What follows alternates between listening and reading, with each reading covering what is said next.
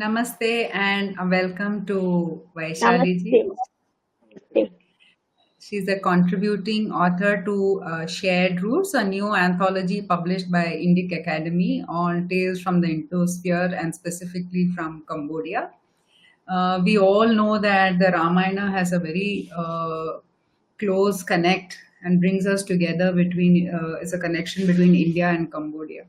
But Yep. Vaishali ji, you have a special connection to Sri Rama. I think you have grown up like many of us listening to the Ramayana, and your father chants Yes, Sundara yes, Kanda. yes, yes, So, yes. was that what inspired you to base your story on the Ramayana? Yes, definitely. I had always wanted to write a book on Ramayana or at least about Rama or few characters on Ramayana. So definitely, yes, my grandmother was the one who taught me the story of Lord Rama when I was just 4 years old. So I became very fond of Ramayana ever since I completed four. So after that, I used to watch the television serials. I used to watch Jai Hanuman in TV, and I became very fond of those television serials. And once I grew up, like when I was 8 or 9, I started reading Ramayana on my own. So my father had been reading Sundara Kanda religiously since the year 1996. He has been reading one chapter per day every day, and it contains around 68 chapters. So on the 68th day, that is Rama's Pattabhishekam, during the coronation that happens in the 68th Sarga, he will prepare, payasam, the kheer, and he will offer it to Lord Rama on the 68th day. So that happened. That has been happening since 1996. So I grew up in an environment where my grandmother, my father, my mother, everybody are very religious and they all love Lord Rama. So even I love Lord Rama. And that is one of the main reasons why I wanted to write a book on Ramayana, and that is one of the main reasons why I based the story on Ramayana. Could you just tell us a bit about the story itself for our viewers? Not give away everything, but just the small jhalak. Yeah, I would say that it is about a woman whose name is Sandhya. She's actually in a state of mental depression, and her life would take a turn when she realizes that she has a long lost twin sister. So she travels to Cambodia to meet her twin. So it's about Sandhya's journey to Cambodia. She travels to various places in Cambodia, and she becomes inspired especially by the Reemkar, and she discovers the greatness of Indian culture in Cambodia. I don't want to So, say anything beyond this, so I'd be spoiling the story for the viewers. so the ring, like just like we have the in India itself, we have variations in the Ramayana. Yes, Like we yes, have Valmiki Ramayana, we have yes. Tulsidas Ramayana, we have the Kamban Ramayana in South India. Ramkir is like a bit different in some ways. So, how did you? What aspects of that difference are brought out, and are you aware of? Yes, to be frank, like before starting the journey to write this short story, I was not aware of Ramayana playing a role in Cambodia. So after researching for the purpose of writing this anthology, I realized that Ramayana was known as Reemkar in Cambodia, and I would say that the major difference, there are quite a few difference. Like what is given in the Valmiki Ramayana may not appear in Reemkar. Like for example, when you take Sita Swayamvara, as per the Indian traditions, Rama will lift and string the bow of Lord Shiva, but in Cambodia, it doesn't happen that way. There is one, there's a small round-like thing or target in the wall, and Rama should exactly, hit the target, and that is how. I mean, there are such differences between Indian Ramayana and Cambodian Ramayana. For example, Sita's, Dharti Pravesh towards the end, she goes back to Mother Earth. Actually, it's not part of Dreamcare because they have intentionally avoided it so that the readers don't get sad or something like that. Yes, there are quite a few differences, definitely. That makes the epic more beautiful. Absolutely. Yeah. See, the thing is, if the core is kept intact, I think Definitely, definitely. Yes, we don't have to worry. Even the names are different. I mean, Sita yes, is not yes, Sita yes, yes, Ram. yes, yes, So yes, those, I think those variations is based on local language, local yes, ethos, yes, yes, local variations. yes, So for us, Sri Rama is, part of everything that we experience, like whether yes, it's Carnatic music, whether it is dance traditions, whether it is, we can see in Anjaneya, stories about Anjaneya. So even yes, there, it's a part of art and culture yes, in yes, Cambodia. So yes. is that brought out in your book? Actually, there is a dance art in Cambodia which is based on Ramayana, and that has been brought in my book. And like my character travels to various places. I mean, Sandhya is the protagonist, and she travels to various places where she discovers the stone sculptures, paintings on Ramayana, and in the characters appears like nymphs to her. And it actually there's a famous nymph dance that is happening in Cambodia. Yes, there are certain aspects which has been brought in my story. Yes, So if we had to experience Ramayana in Cambodia, I mean, if, for instance, in Sri Lanka, it is there is a direct connect, and this kind of a connect is probably not there in Cambodia. But why do you think that Rama has a universal appeal in every culture that he goes to? What are the yes, qualities of? yes, definitely. I would say that Rama is ideal in all the aspects. You know, I would say that he's Maryada Purushottam. Of course, you cannot find a person who is. I would say, according to me, you would not find a person who is better than Lord Rama. He's an ideal son. He's an ideal husband. He's an ideal brother. He's an ideal king. He's an ideal enemy. No, you can't find somebody who's that ideal in every aspect. So I would say that that is one of the main reasons why Lord Rama has a huge impact all over the world. Yes, Yeah. that makes him very special. So would you want to have you travel to Cambodia, and would you want to go and visit? What are the things that I you have not traveled to Cambodia, but I would definitely, if Lord Rama is willing me to take there, I would definitely go. I would definitely visit Cambodia. I would like to. how did you think about your story and the structure? Was it, what role did Ratul play and Indik play in your journey as a writer?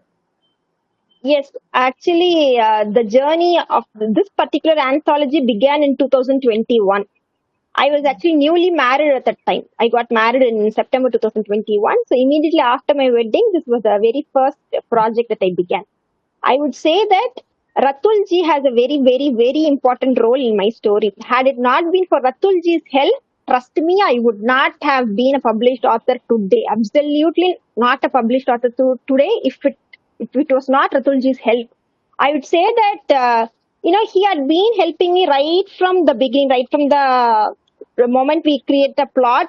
And I'm a very first time writer. I have not published any books or stories before this. So as a first time writer, to be very frank, I gave him a lot of trouble, and I would say that Ratulji endured with a person like me.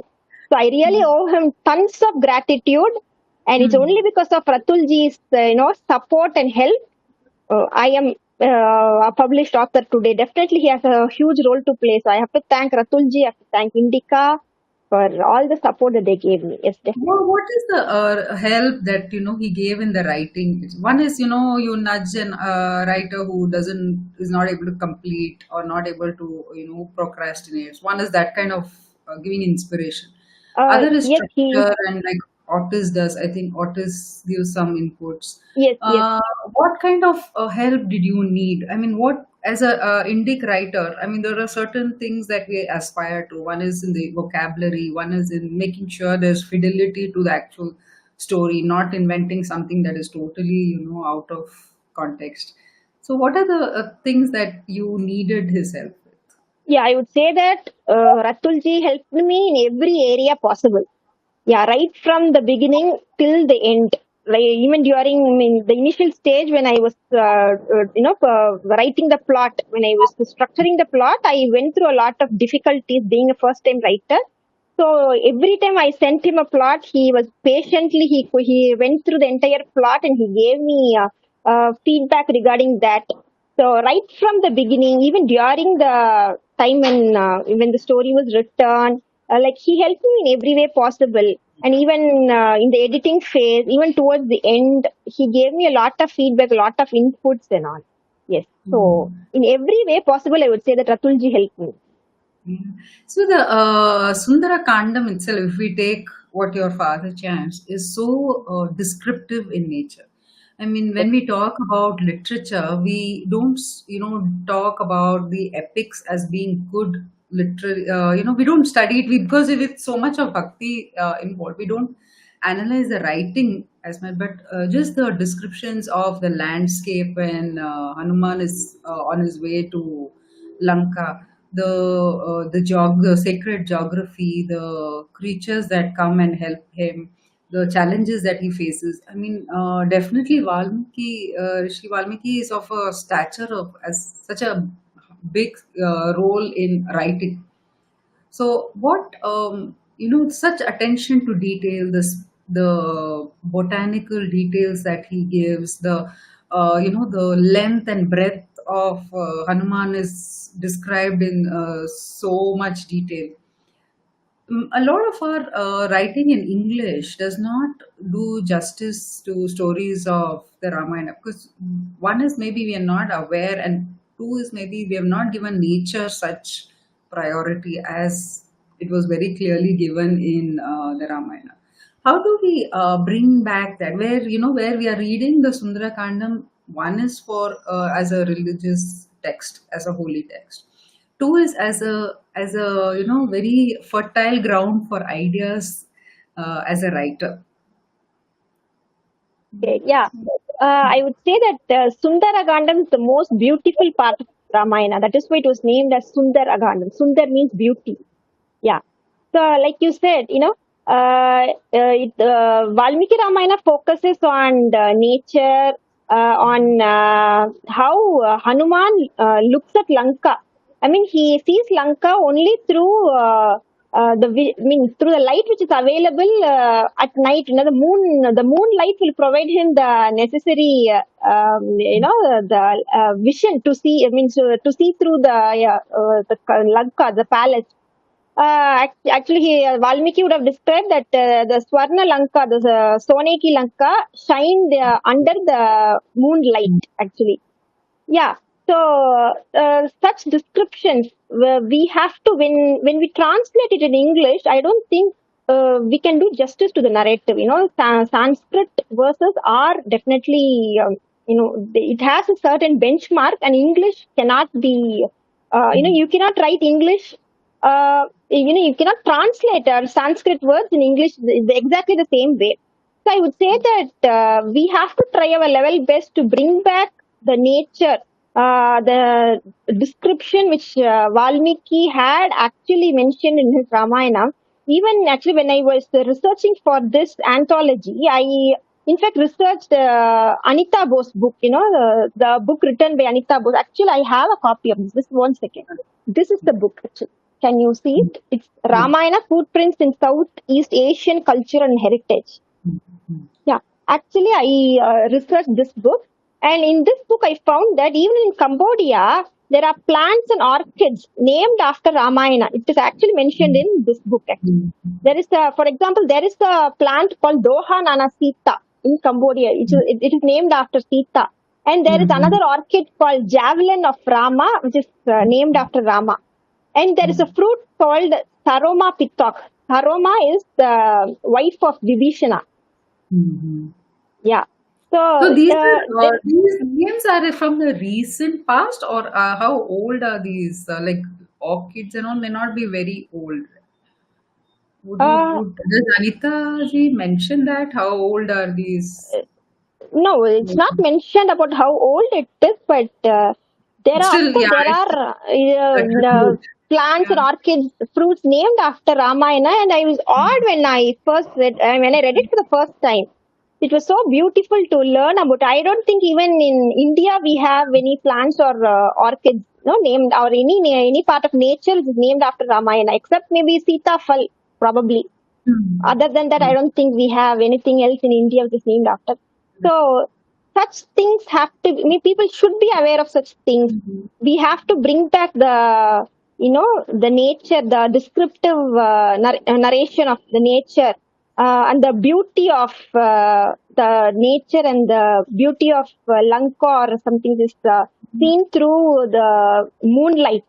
We have to bring back such description and make, especially we have to make the youths and the children aware of our culture. Yeah. Actually, I was interested in knowing that your protagonist has depression. You said mental health issue. Yes. Yes. In the Sundara Kandam itself, there are like two occasions where one is where Hanuman is thinking that whether he should end his life because he cannot find Yes. Sita. Yes. Mm. And Sita is also saying whether her life has any meaning anymore because she is Yes. separated from Yes. Sri Ram. Yes.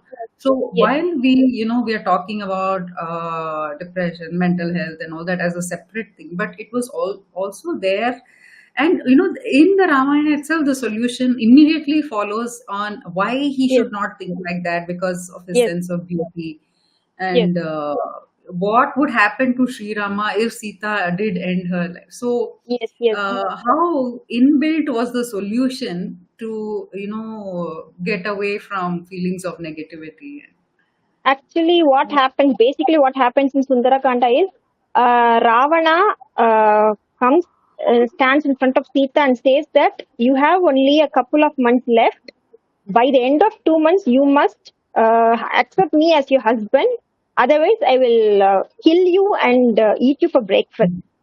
So that is when what happened. The Rakshasis who guard the Ashoka Vatika, where Sita is actually present, they start nagging Sita, stating that you better accept Ravana as your husband. So that is when Sita goes into a state of depression and she wants to commit suicide by, by tightening her tightening her neck with her locks actually. So that is when what happens is Hanuman is actually on the top of the tree watching what is happening below. So he starts singing the story of Lord Rama. So that is the moment when Sita stops her act of committing suicide and she starts listening to the story of Lord Rama. So Hanuman sings the entire story, and that is when Sita looks up. And when she looks up, she sees a very cute monkey sitting there. And Hanuman comes down. He prostrates in front of Sita, and he hands over Rama's ring as a token of love to Sita. And that Sita recognizes the ring, and she understands that Hanuman is actually messenger of Rama. He's actually Ramasuda. So what happens is Hanuman warns Ravana. He says that give back Sita to Rama with all respect and reverence. Rama has a heart to forgive even a sinner like you. But Ravana does not listen to this.